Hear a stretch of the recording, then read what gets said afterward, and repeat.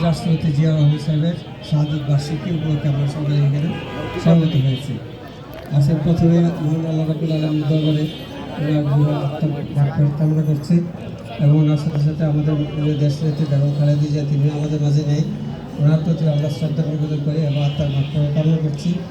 সাথে আমাদের কোকর রহমান সাহেব আমাদের মাঝে নেই।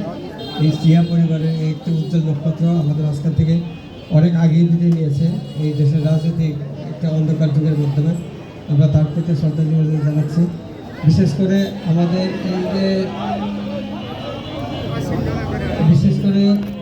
বিগত আন্দোলন যেটা হয়ে গেল 24শে আন্দোলন, 5ই আগস্টের যে আন্দোলন, এর মাধ্যমে আজকে আমরা এখানে উপস্থিত হওয়ার সুযোগ পেয়েছি।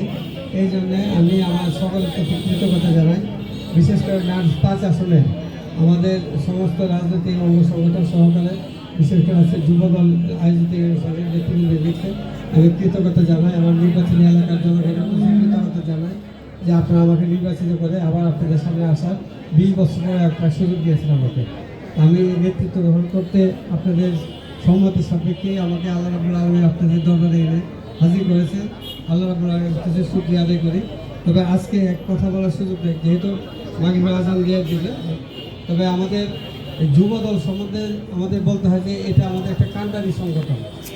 বিএনপির মূল চালিকা শক্তির যে অংশটা, সেটা দুইটা জিনিসই আসে, যুব শক্তি এবং আমাদের ছাত্র শক্তি এবং আমাদের মহিলা দল। প্রধানত এই 3টি অঙ্গ সংগঠনের মাধ্যমে আমাদের রাজনীতিটা রাজপথের আন্দোলনে পরিচালিত হয়ে থাকে। তা আমরা জানি যে বাংলাদেশের রাজনীতিতে বিগত দিনে যতগুলো আন্দোলন সংগ্রাম আসছে সবগুলোর নেতৃত্বে কিন্তু এই যুব দলের বলিষ্ঠ ভূমিকা ছিল। আজকে আপনারা সবাই আসছেন, আদান করে গেছেন। ইনশাআল্লাহ আগামী দিনে আবার সুযোগ আসলে আলাপ করবো। আমার জন্য দোয়া প্রার্থী, আপনাদের সবার কাছে আমার দোয়া রইল। এবং আমাকে যেহেতু আপনি নির্বাচন করেছেন, এই প্রথমবার আপনাদের মাঝে আসার শুকরিয়া আদায় করতেছি। আমার জনগণের প্রতি আমার শ্রদ্ধা, আমার পরিবারের পক্ষ থেকে, আমার দলের পক্ষ থেকে সবার প্রতি আমার সালাম। আসসালামু আলাইকুম।